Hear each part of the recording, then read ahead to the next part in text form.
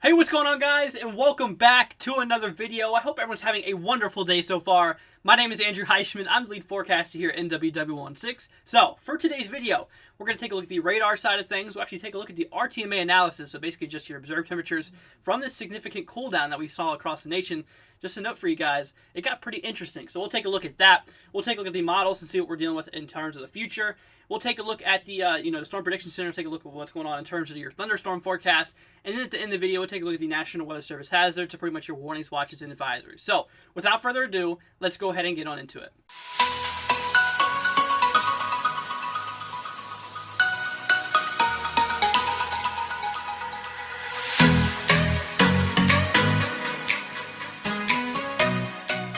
Alrighty guys, so if you are new to the channel, make sure you leave a thumbs up and don't forget to subscribe. You guys are honestly amazing and I'm very, very thankful for all y'all support. But anyways guys, for today's question of the day, if you could have grown up somewhere else in the world, where would you have wanted grown up and why?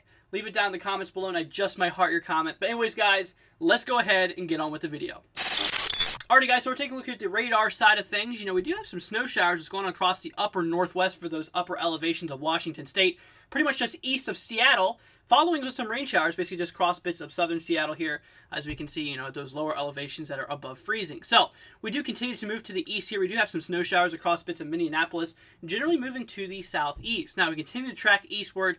We do have some more, snow showers going on across bits of northern Michigan, kind of leading through Toronto here, as we can see with some of that lake effect snow, moving into New York State here, with, a lot of snow showers going on, so do not be surprised if you see some snow across those areas. So, we have had this cold front that has been moving across the country for the last several days now. It is now kind of exiting the country here as we see this area of low pressure pretty much across the, Quebec area, generally moving to the northeast. So, pretty much impacts with the system across the states is pretty much over at this time. However, those cold temperatures might linger in for a little bit longer, which we'll actually take a look here when we look at the models here in a moment. So, alright, so let's go and take a look here at the RTMA analysis, and let's see what we're dealing with those observed temperatures.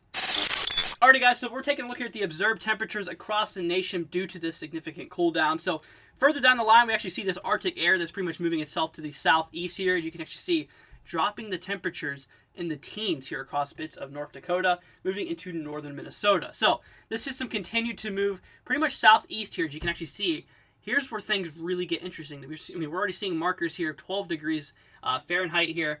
Further we do go down the line, these temperatures actually drop dramatically. We're talking single digits across bits of northern Minnesota, northeastern parts of North Dakota as well. Now, all these models have been picking up on this, if you guys have realized over the last few episodes.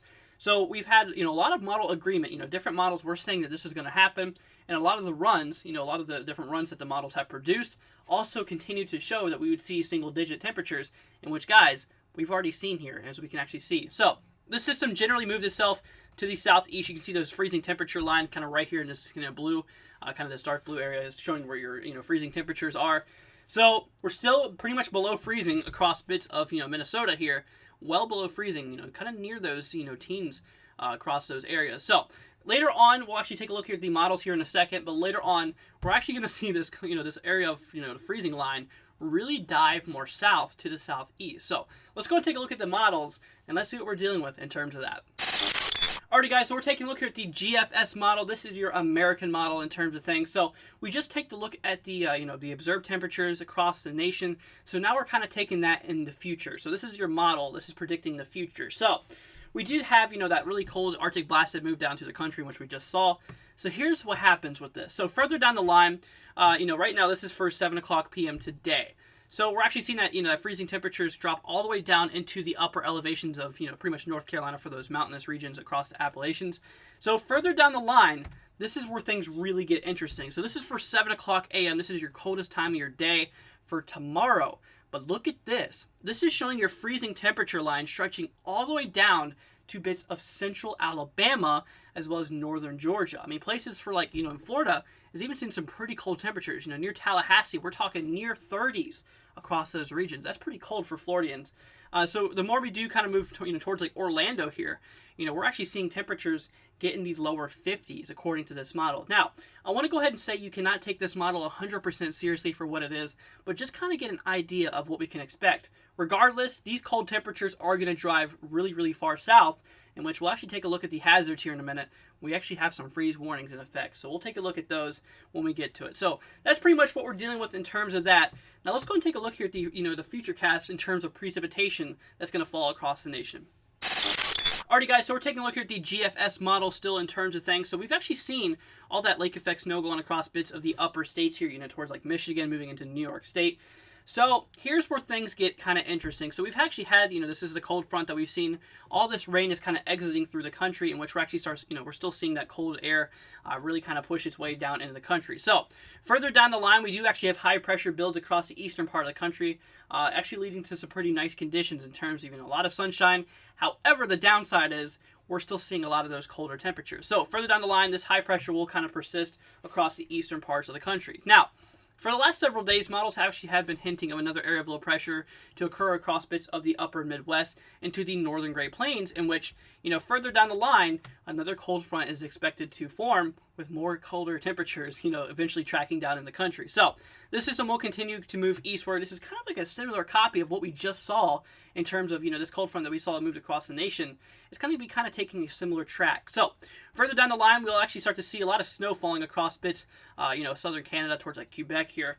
And here's the interesting part. So this model is actually showing that we could see some snow across the Appalachian Mountains, from North Carolina all the way up through bits of the northeast. Some of this rain might actually mix in with snow across the northeast according to this model. So further down the line, it looks like this will actually transition mostly into snow for the bits of the upper northeast here, for places such as New York State, Vermont, New Hampshire, as well as Maine, from transitioning from rain into snow, which, can actually cause some, totals. But we're not going to go over the totals quite yet. This is still a few days out, so we'll just continue monitoring this. But it's just something that we definitely have to look at over the next few days. So this system will continue to move to the northeast here, causing some snow across bits of Quebec. Kind of stalling out, it looks like, across bits of the northeast here. Maybe driving up some of those snow totals, further down the line. But I don't like to go too far in these models because, the further you do go out in these models, the more inaccurate they do tend to get. So let's go and take a look here at the Storm Prediction Center, and let's see what we're dealing with in terms of the thunderstorms. Alrighty guys, so we're taking a look at the day 1 convective outlook. This is basically your thunderstorm forecast for today. We do have 2 areas of generalized thunderstorms, one across bits of southern Florida, one across basically the western parts of Washington State, as well as, extreme northwestern Oregon. Basically just showing that your average thunderstorms are expected across those regions. You can actually see here, kind of this light shade green here. Basically just showing that your average thunderstorms are expected, but not necessarily severe. So they're not expected to become severe. So we move on to tomorrow's outlook. This will be for your Tuesday outlook. We're not expecting any thunderstorms across the nation. Like I said, we had that high pressure that's building in across, and honestly, that's not going to lead to any thunderstorm activity across the whole nation. Now, we do move on to the day 3 outlook. We actually do have a relatively large area of, generalized thunderstorms expected across the southern Great Plains, kind of building into the Midwest. This is due to your new cold front that we saw back on the models with that new system that's going to develop. Those cold fronts are known to spark some thunderstorms, especially more south, where you start to get a lot of those warmer temperatures from the Gulf of Mexico. So you can definitely see some thunderstorms pop off here across bits of the, pretty much the southern Great Plains building into the Midwest here, and that generalized thunderstorms. But same thing, we're not really expected to see any, storms become severe. So let's go and take a look here at the National Weather Service hazards, and let's see what we're dealing with across the nation. Alrighty guys, so we're taking a look here at the National Weather Service hazards. We do have quite a bit of things that's going on across the nation, which we got to talk. So we're going to go ahead and start off with the non-precipitation side of things in terms of that. So we do have a lot of red flag warnings basically across bits of Montana here in this pinkish shade color. Basically southeastern parts of Wyoming, western parts of Nebraska, as well as southern parts of California.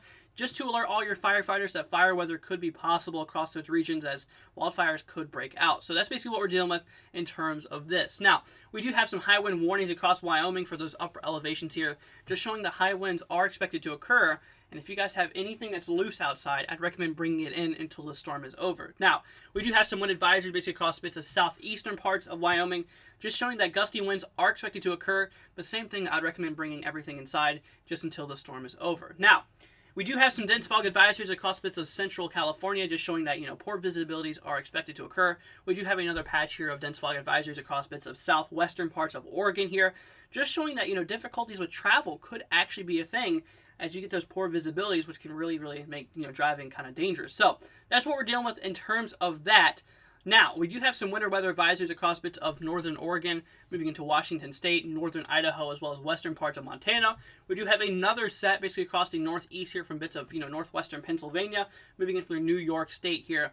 And we do have some more for upper state of Michigan, where we actually have a winter storm warning across the extreme northeastern part of Michigan for the upper state. So, that's what we're dealing with in terms of that. Now, we do have, with those colder temperatures that we saw on the models expected to occur, we do have some freeze watches and freeze warnings in effect. So, we do have freeze watches in effect basically across bits of eastern parts of Georgia, moving through bits of central and southern South Carolina, as well as extreme southern North Carolina, just showing that freezing temperatures can occur. They're not really expected to occur, but they can definitely happen. So just be, on the lookout for potential warnings that might be issued further down the line.